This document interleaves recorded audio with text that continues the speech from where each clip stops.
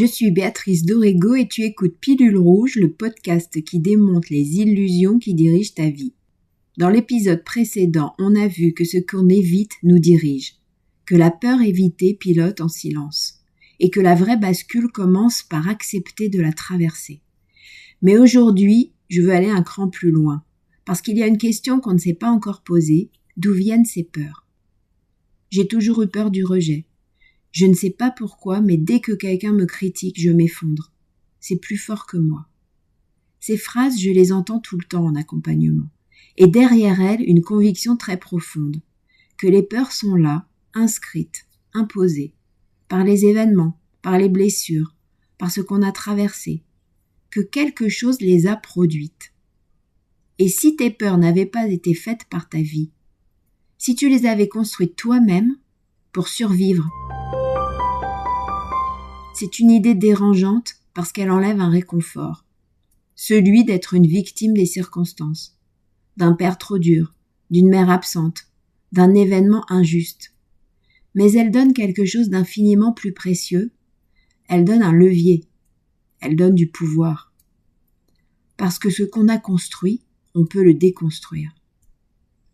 Je pense à Sophie.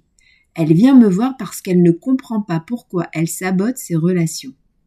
Dès que quelqu'un s'approche vraiment, dès qu'une relation commence à devenir sérieuse, quelque chose se referme. Elle s'éloigne, elle trouve un défaut, elle crée un conflit ou elle disparaît. Je ne sais pas ce qui m'arrive, je veux être aimée, mais quand ça vient, je m'en vais. En remontant l'histoire, on touche quelque chose. Son père était présent physiquement, mais absent affectivement. Peu de mots, peu de chaleur.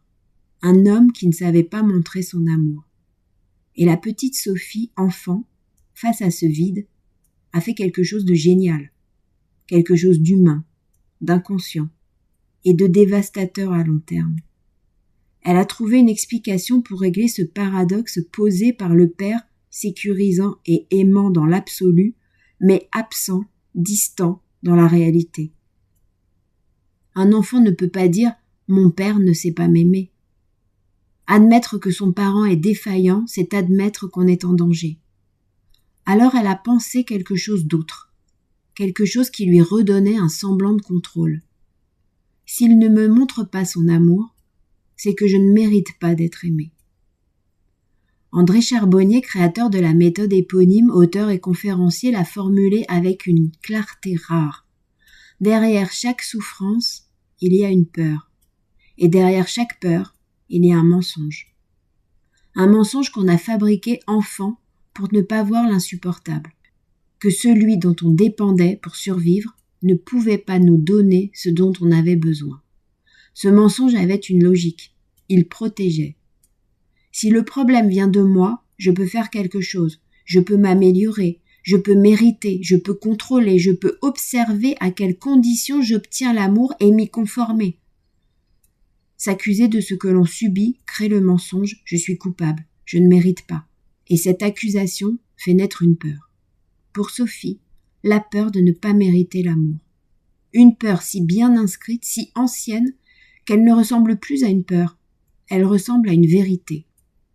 C'est là que quelque chose de crucial se passe. Si cette peur t'avait simplement été imposée de l'extérieur, tu en serais effectivement victime.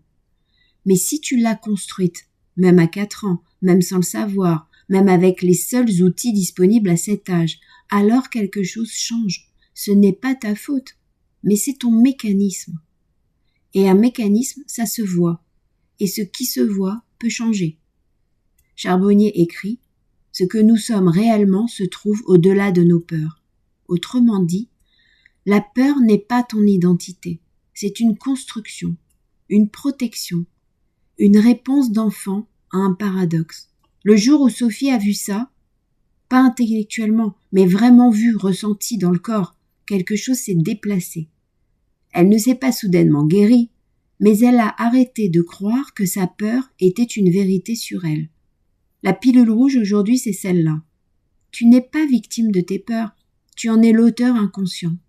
Ce n'est pas une condamnation, c'est une libération, parce que ce qu'un enfant a construit pour survivre, arrivé adulte, il peut l'examiner pour en sortir.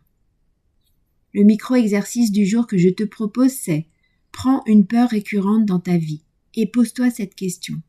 Quand j'étais enfant, quelle histoire ai-je dû me raconter pour supporter ce que je vivais ?» Tu n'as pas besoin d'une réponse parfaite, tu as besoin de commencer à regarder là où tu n'as jamais regardé. On sait maintenant d'où viennent nos peurs, mais il reste une question plus difficile encore. Parce que la peur d'une araignée ou d'un chien, tu la connais. Elle a un nom, un visage, un déclencheur. Mais la peur de t'engager, la peur de réussir, la peur d'être vraiment vu, ces peurs-là ne ressemblent pas à des peurs. Elles ressemblent à ta personnalité. Et si ce que tu appelles ta nature, c'était ta stratégie d'évitement la plus ancienne? Si cet épisode t'a parlé, tu peux laisser un commentaire, partager ou m'envoyer un message. Et à chaque épisode, je choisirai une question que je décortiquerai dans un bonus. En attendant, garde tes illusions à l'œil et pense à prendre ta pilule rouge.